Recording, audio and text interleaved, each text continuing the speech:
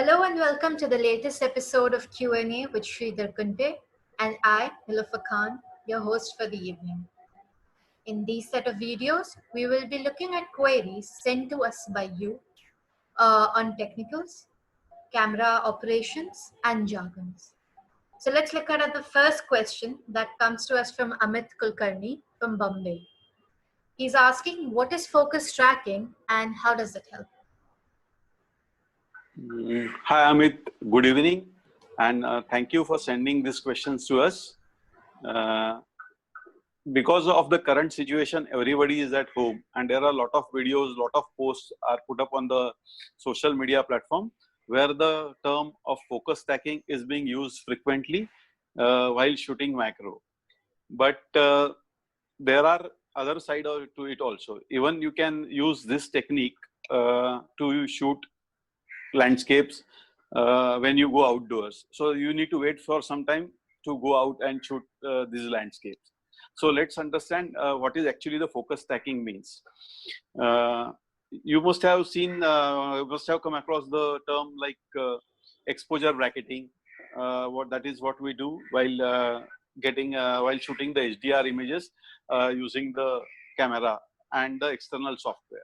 So focus stacking is the similar process, which is very useful to get larger depth of field, which is impossible to get in a normal way. If you when you shoot at say at the sweet spot of the lens at say f11, you are going to lose, even if you are going to lose some sharpness at the corners or at the edges because of the property of that particular lens. So to overcome this drawback, this technique has come forward. So let's see how it is being done. For focus stacking, you need to position your camera on a steady tripod, and usually this is done for shooting macro in nature as well as under the control environment. So here we are taking the example of shooting a jewelry. So consider your subject is kept, or the jewelry, what you are shooting is say from 15 centimeters from your camera front element of the lens. So in the available light or the artificial light what you are shooting, I will suggest you to stick to one particular exposure. Say if you are choosing f8 and 125 1 by 125th of a second is the shutter speed at ISO 100. I would like to keep this setting permanently for all the shots while you are completing this process. That is mandatory, or this is the necessity of this process. So how we start? So if the jewelry or the necklace, you can say, you are placing diagonally into your frame, and it has got a length of say 10 to 15 centimeters, and the middle, say for the center, is say 7.5 centimeters. So from the center, it is 7.5 centimeters nearer to you, and from the center, 7.5 centimeters away from you. So first image, I will ask you to take at the center of the subject. So focus it manually, or even you can choose a single focusing point, point the center focusing point of the camera to the center of your necklace and take a first shot. While focusing or before taking the shot, you can move the AF manual focus, autofocus switch to manual focus. This way the focus won't hunt every time you take a shot. So for the second shot, you can go to the distance of say 1 centimeter above your initial focusing point. So if you are shooting at say 8 centimeter, take a second shot at say 9 centimeters, third at 10 centimeters, fourth at 11 centimeters. Similarly, you can go under that also. So if first shot is say at 7 centimeters, second shot at 6 centimeters, the fifth shot is at 6 centimeters, next shot will be at 5 centimeters, next it has 4 centimeters. After doing this, take out the images, and you can stack those images by using external photo editing software like Lightroom or the Photoshop, in which you will get, you need to stack those images to get the largest depth of field. You can similarly use a similar technique and a similar process while you are shooting landscapes also. But in landscapes, I will advise you to try to avoid the moving subject in those shots, because then you need to do a lot of editing, removing those subjects from your final image when you are stacking and getting the final image. All right. Second question is from Nirja Singh from Amritsar.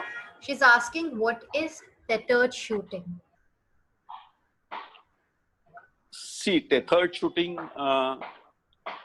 is used to shoot and to display the uh, image taken by the photographer onto the desktop, laptop, or the smart device immediately at the back end, where the art director or the visualizer is sitting in a studio. So for the tethered shooting, you need to either use the wired network. So the wire will be connected from your camera USB to the USB terminal of the smart device, laptop, or even a desktop. In that, there is a long length of wire running from the camera to the PC or the smart device. So as soon as the photographer presses the shutter release button, the image captured after say certain time delay based on the network speed will be displayed on the device or the larger screen where you want to analyze the image. So this is the this is called the tethered shooting.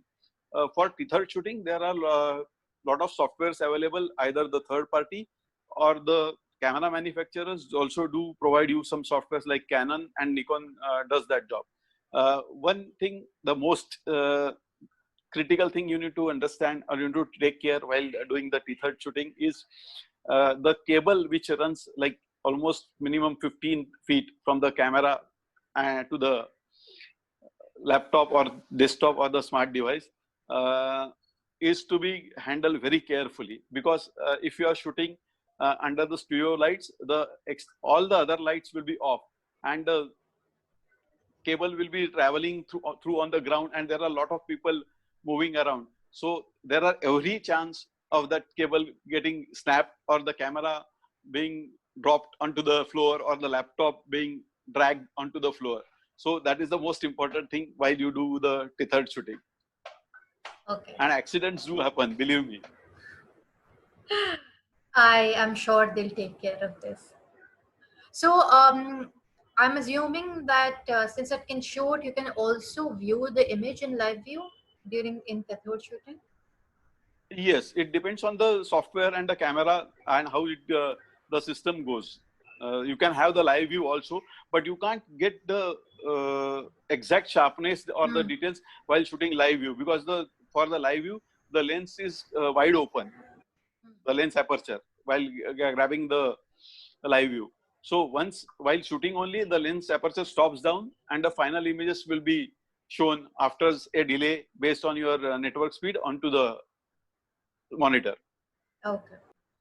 So the last question, it comes from Darshana Devi from Manipur. She's asking, is it important to learn the MTF chart and how it's going to help for photography? Darshana, thank you for this very, very technical and detailed question what you have asked. Yes, it is important to go through the MTF chart because it tells you the characteristic and the performance of your lens. First of all, we need to understand what is MTF. So slightly it is a mathematical term. So I can tell you that the MTF means the modular transfer function. So that is how the abbreviation comes from. So this is the measurement that is used to evaluate the performance of the lens. The MTF chart gives you the idea of the contrast level from the center of the frame to the edges while you are shooting a particular shot or particular. Nobody in this world, I have seen nobody, even based on my experience, has seen the MTF chart before buying the lens and gone in the market and bought that particular lens. So say if you meet the 10 number of photographers and they are saying, no, I'm not going to MTF chart dekha and then we have bought the lens.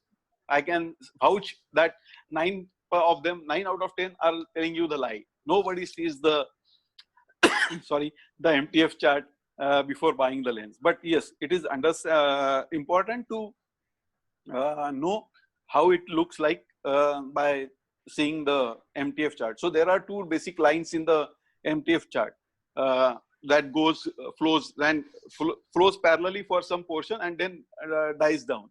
So for the ideal lens, so nothing, first of all, you need to understand nothing is ideal in this world.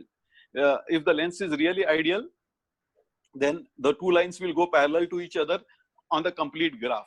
But there is a tendency, whatever the lens, however designed, the art series, non-art series, the HSM, USM, whatever the lens quality might be, it needs to come down after a certain point of time. So that is the light loss, or the loss in sharpness, or the light transmission where it falls. So it shows in every other lens. So one way we need to understand, we need to analyze the MTF, whether what distance on the x-axis the two lines go parallel with each other. So if they travel larger distance of the path parallel to each other, then you can say this is a good lens. But again, if you see the y-axis, it should start from the top. So like where the value is 1. So from 0.91, so it should not start at 0.5 or 0.4 and go parallel. It again gives you a very wrong judgment about the lens. That is really a bad lens. So you need to understand, at least after buying, you need to see what is the MTF chart of the lens. And all the manufacturers will put the MTF chart on their website, although very few of them has shown the courage of showing it in the manual or the lens brochure. What you can say. Okay. So the parallel lines, just to like clarify, one is going to be how the light affects the lens, and the other one Yes, will be and the contrast, yeah, the okay. sharpness from the center of the lens. Okay. So there are two functions that has been plotted over the graph. Okay. Okay. Yeah, I don't recall actually seeing it any brochure. I've seen it on their website, but not in the brochure. Okay. For my knowledge, did you or your friend told you that this is a great MTF chart, so I am buying that lens? No, I don't recall anyone ever mentioning this. I doubt that like my friends know about this, what it does, the chart, or how to even read it, because it's difficult. See, I will explain it in a very funny way. Yeah. So for me, it is a kundali of a lens. Okay. But even without seeing kundalis, love marriages can happen, and they are happening. All right. So that is that. All right. So this is the end of another episode. We'll see you next week. Thank you so much, Shridhar, and thank you so much, guys, for sending in your questions. And please, whenever you are sending us your questions again, do tag it on hashtag Q&A with Shridhar Kunte. Thank you, readers and viewers. Hope to see you next weekend again on Friday at 6 p.m. Thank you.